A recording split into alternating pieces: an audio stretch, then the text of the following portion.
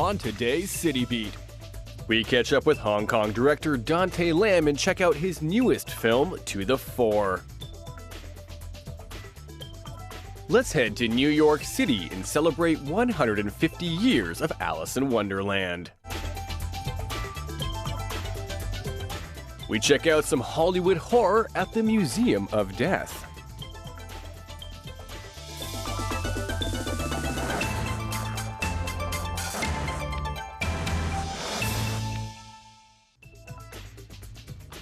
Hello and welcome to City Beat, where we have the latest in art, culture, entertainment, fashion and lifestyle. Every Monday, we go from Shanghai to New York, Melbourne and Los Angeles to bring you some of the coolest stuff from around the world. You can also scan our QR code or check our official WeChat account for all your City Beat updates. I'm your host, Audrey Leo. Hong Kong Film Award winner Dante Lam has just released his new film, To the Fore. It's already drawing a lot of attention, so City Beat decided to find out a little bit more.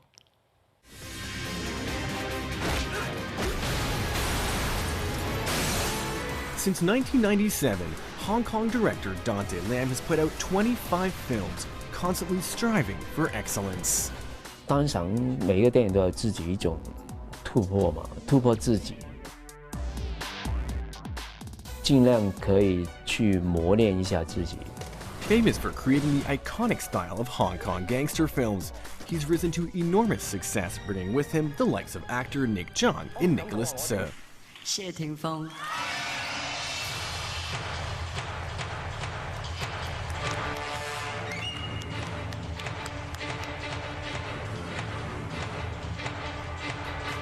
But for his latest film, Dante has taken a bit of a different direction and looked to his hobby of bike riding for his new movie, taking 15 years of preparation. 大家好，我是破风导演林超贤，谢谢大家收看《城市节拍》。 Then in the beginning of the 1980s, Hong Kong's golden era of film, he was hired as the assistant director for Gordon Chan, one of Hong Kong's most famous directors. It put Dante in position to film a number of commercial successes, like the movies Fight Back to School and Thunderbolt.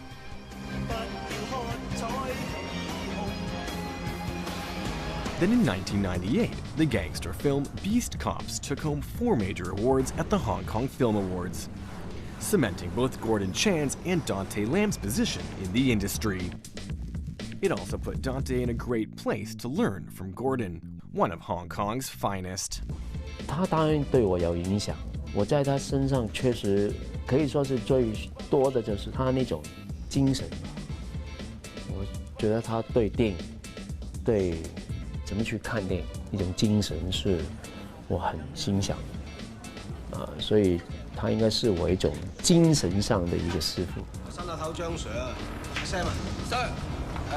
After Beast Cops, Dante Lam parted ways, beginning his solo career as a director. He then created some of Hong Kong's most iconic gangster films, almost single-handedly defining the genre. Films like The Beast Stalker, The Viral Factor, and The Stool Pigeon all became huge box office hits. The Stool Pigeon still sets itself apart from many other Hong Kong gangster films, delving more into the characters and the plot, rather than focusing on high-energy action sequences. 我觉得，我虽然做导演这么长时间，但是我一定觉得是很多地方自己都做得不够好，有时候很多弱点。 以前可能我只是把所有的精神都放在动作上，其实比如说戏剧的东西，然后其他的东西，我没有去好好做好它，只是去做就是想把自己不好的东西去面对。 But after making gangster flicks for over a decade, Dante Lam took a drastic turn and began producing sports films. His 2013 film Unbeatable earned Nick John his second Best Actor award at the Hong Kong Film Awards. 恭喜你，張家輝先生。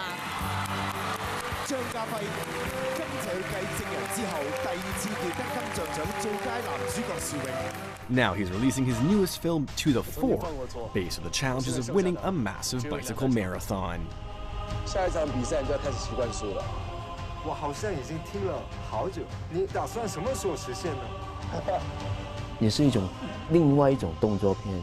我从来就想，不是在开枪或者爆破，或者是拳击，其实是动作。其实动作是一种能量，一种节奏。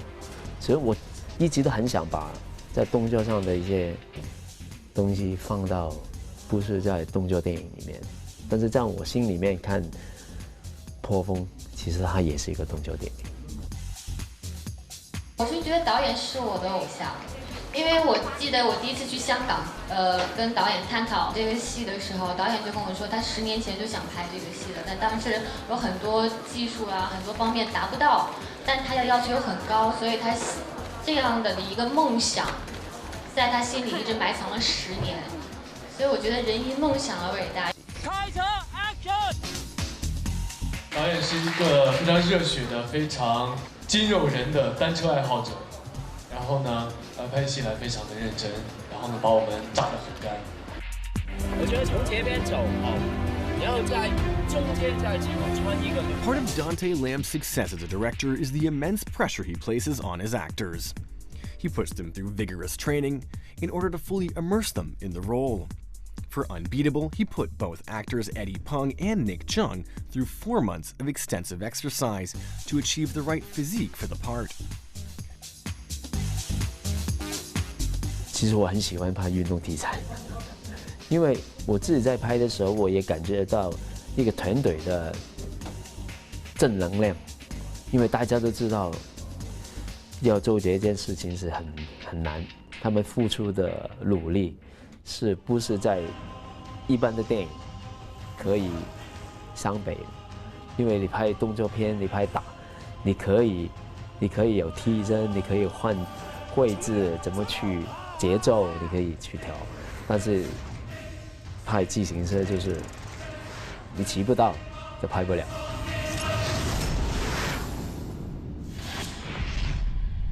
For 15 years, Dante Lam's influence over Chinese cinema has been immense. From defining Hong Kong gangster films to venturing off into uncharted territory, Dante is showing no sign of slowing down.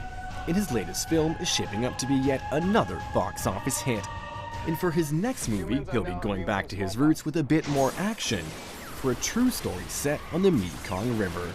And you can bet we'll definitely be looking forward to that. New York City is celebrating the 150th anniversary of Alice in Wonderland. The new exhibition 100 Years of Wonderland at the Morgan Library is digging a bit deeper into the classic tale of Lewis Carroll. New York City is considered its very own Wonderland, and now it's getting a taste of the original story at the Morgan Library and Museum.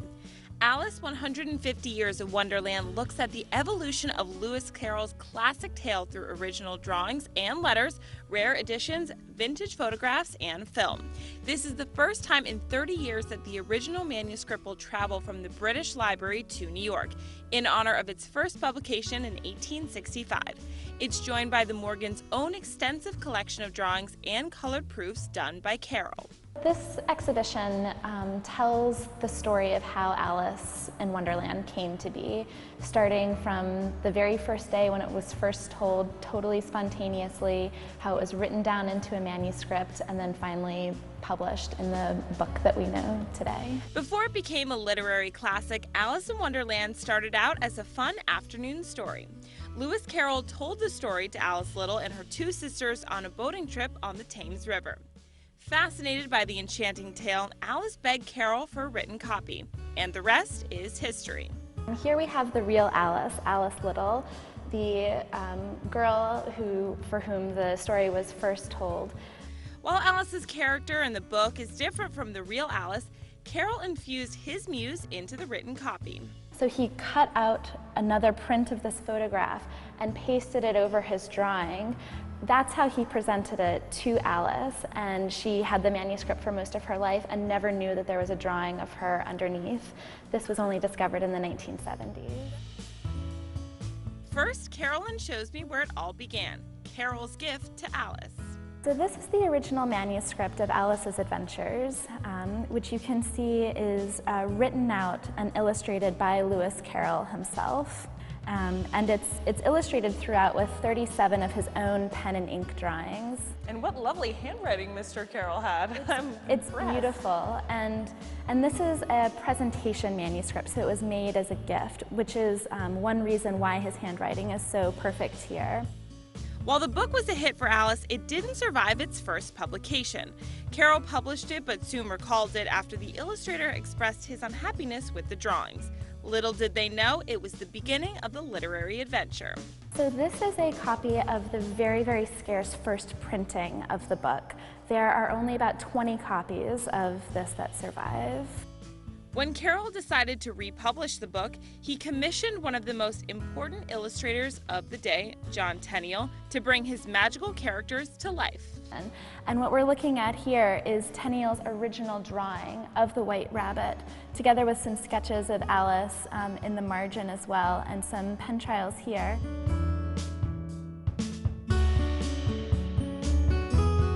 We have the original drawing of the Mad Tea Party, which we have Alice, the Mad Hatter, the March Hare, and the Dormouse. We can see how this changes into the original hand-colored proof again. While Carroll was imaginative in his story creation, he possessed the same quality when it came to gaining readership. He licensed his characters to appear on everyday items, which was a new concept in the 19th century. So we have here this Wonderland postage stamp case, which is a sort of novelty that he created with the Alice characters, and this biscuit tin behind as well. Carroll's enchanted tale appeared on more than just stamps and biscuit tins. It eventually made its way to the big screen. This is the first film adaptation. It's from 1903, so just 5 years after Carroll's death. And one of the most interesting things about this film is that the directors sort of take liberties with the storyline, but they're really conscious about trying to reenact Tenniel's original drawings. Not everybody has necessarily even read the book. They come to it through Disney or through some other adaptations.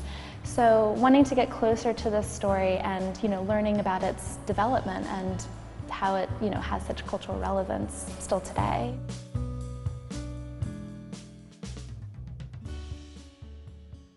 While Alice may be 150 years old, she does not look it, and she's not going to look it when we take a selfie together.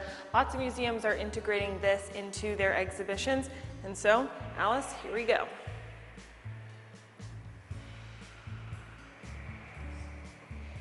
Oh yeah, I think we would definitely be friends 150 years ago. That's going on Instagram.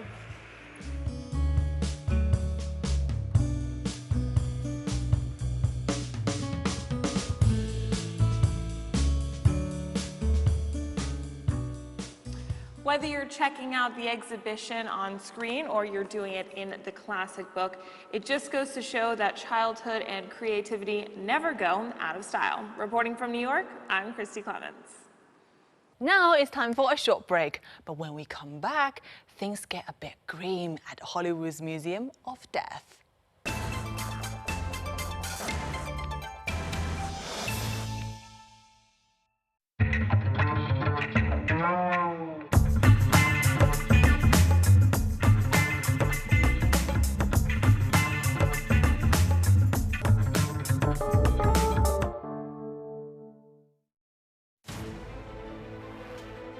Here we have all the great movies, and here is where it gathers all the famous stars. Action, science fiction, suspense, romance, we have it all. Interested in authentic foreign movies? Stay tuned to ICS for high drama every Saturday and Sunday.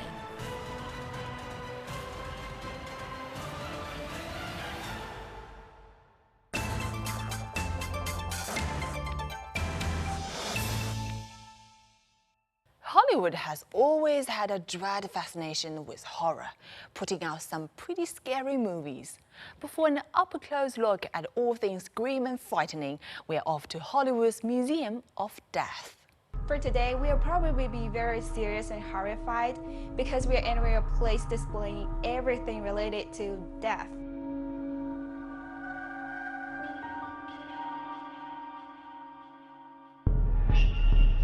Before I came here, I thought this place would be a little bit like scary and horrifying. You were expecting someone to jump out with a chainsaw to grab your ankle, and it's not. It's not scary at all. Right. Yeah. So here, the collections are all related to death. Correct. Where do you get all these collections? Well, the collections come from many different sources. We've been around 20 years as a business. We just celebrated our 20-year anniversary on June 1st, and over 20 years of time, our reputation precedes us.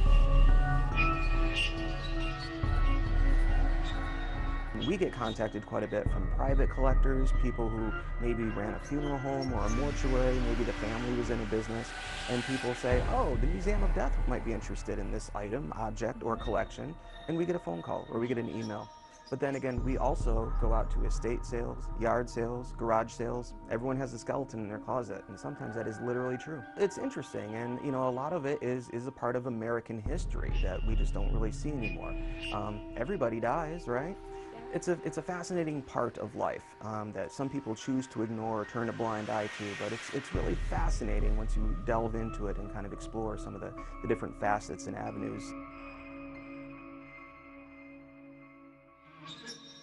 We have a whole room dedicated to the funerary industry. That covers everything from antiques from funeral homes and mortuaries, embalming equipment, antique wicker caskets, matchbook covers from around America of funeral homes, mortuaries.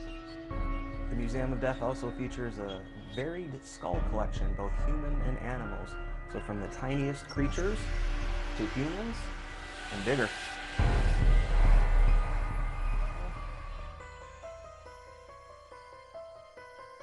Most visitors, after coming through the Museum of Death, aren't really scared. I would almost say that the Museum of Death is like a roller coaster. When you come in, you're not quite sure what to expect, and you might be a little afraid and go, oh boy, oh boy. But once you go through the museum and experience everything, on the way out you say, you know what, it wasn't that bad, and it was really fascinating. So I have great conversations with people on the way out about what they've seen, what they've encountered, how they feel, and that's yet another unique aspect of the job. It's a very life-affirming experience being here. Every day it's put into perspective that we're mortal, you know, we're not here on this earth forever. Life is what we make of it. And that's the way I like to go through life, you know, live every day to its fullest while you can, because you never know.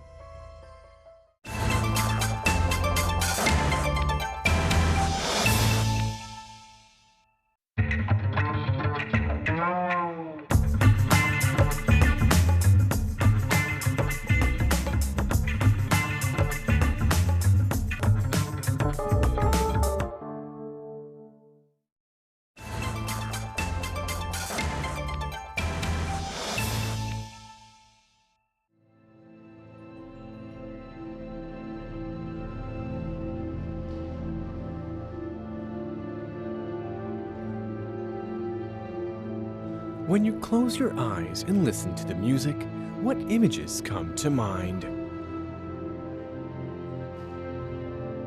Perhaps a peaceful ocean, fishes, or maybe a reef. And suddenly, a mermaid appears.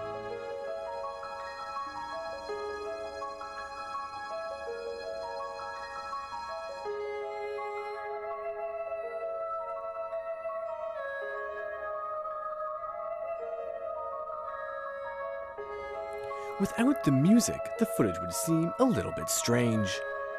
But when it all comes together, the result is something phenomenal.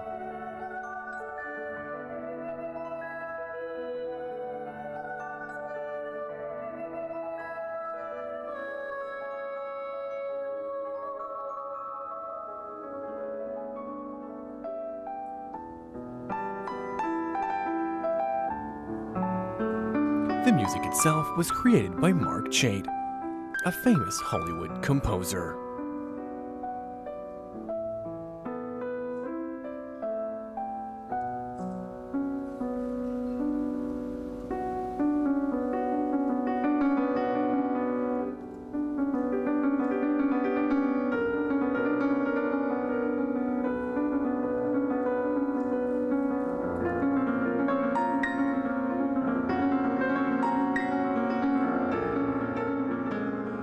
Emmy winner and 3-time Telly Award-winning composer, Mark Chain has performed worldwide for audiences like Hillary Clinton. Within his career composing, he's written film music for more than 18 movies since 1992. Among them, The Little Man for Showtime won 12 Best Film titles around the world. His song, The Power of One, sung by Donna Summers and produced by David Foster, was a Billboard hit for 8 weeks on the chart. But getting his start in Hollywood was a little bit tricky. I had met an editor from a film who was working on a film for Sony Pictures, and the composer, who was a very famous composer, Ennio Morricone, but told them that they had to wait 9 months because he was so busy. The director of Sony Pictures was very unhappy with that answer and didn't know what to do. He only wanted Morricone, not anyone else. So the editor actually knew who I was and knew that I could write like a lot of composers, especially Morricone. So he asked me to give him some music that he could dub into the film. And of course this was a little trick, but it was a very good trick because I had music that sounded like Ennio Morricone from the movie The Mission. To the dismay of the director, he listened to the music and said, "But that's why I want Morricone." And my friend who was the editor said, "Well, that actually isn't him. It's somebody I know who's a young composer. I really think you should give him a shot and have a meeting with him." The result is that he hired me. And it was a wonderful way to start my career, but he was still very nervous. The good news is that little film that he hired me on for my first film received an Oscar nomination. Mark's career has always been associated with some pretty big names in music. When he actually began learning violin and piano, his teacher was Dr. Adolf Halles, South Africa's king of piano. And when it comes to his career, it's not just about film. His work also extends into cartoons, including the massively famous show Pokémon. But behind the scenes and all the great music, there were certainly a few challenges. Have very vast notes written of every single scene from every nanosecond before it starts. Where does it stop? Where's the next one? How does the one before affect the next one? And then what we do is we take a pivotal scene or the main scene that embodies the emotion, and we find a piece of music that fits it, and we call that the temp score. And when the director's happy with the emotional material that will transport his film,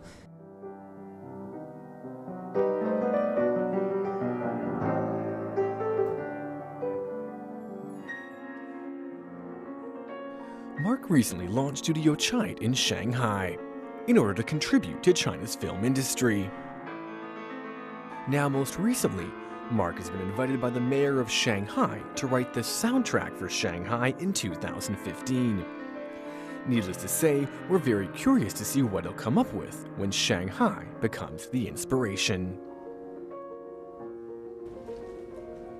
One of the reasons why I love Shanghai so much is because it has culture, it has history, it has a through line from the French, the British, the Silk Road. It truly has a unique history. And because it has a unique history, I know that I can create something unique in music. In Shanghai branding, we look at the past of the city, we look at the present, we look at the future trends and where is the city going. And in that piece of music and song that I am going to create next year, it has to embody all of those things in one go. It's all about the research, it's about where we're going, and it's about the tonality of the music. In other words, we have the standard 12-tone scale, and then we have the 5-tone Asian scale, and there will be a great mix of the two that will be on a world stage. And my job is to make it palatable to everybody, so everyone understands this is the song for Shanghai, this is the music for Shanghai, and you clearly understand from the music, from where it comes, where we are, and where we're going.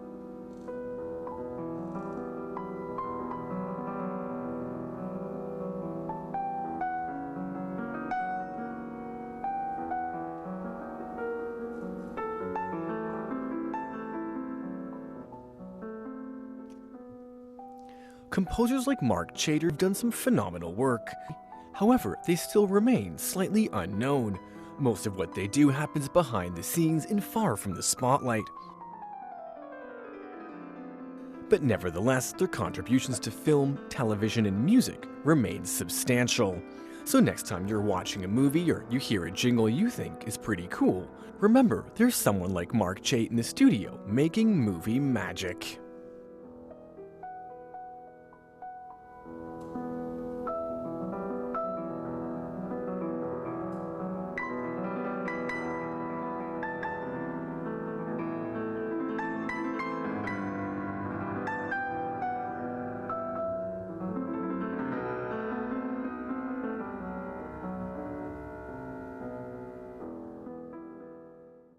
Well, that's all the time we've got for today's show.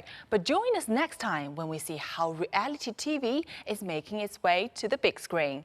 Also, remember to scan our QR code or check our official WeChat for all your City Beat updates. I'm your host, Audrey Liu, and thanks for watching. Bye-bye! On the next City Beat. Can reality TV really make its way to the big screen? City Beat finds out. 啊？为什么？你没这面子。我觉得不是面子的事情，友谊比什么都重要。难道我们打车过去跪着求他们，也求不来吗？没钱打车。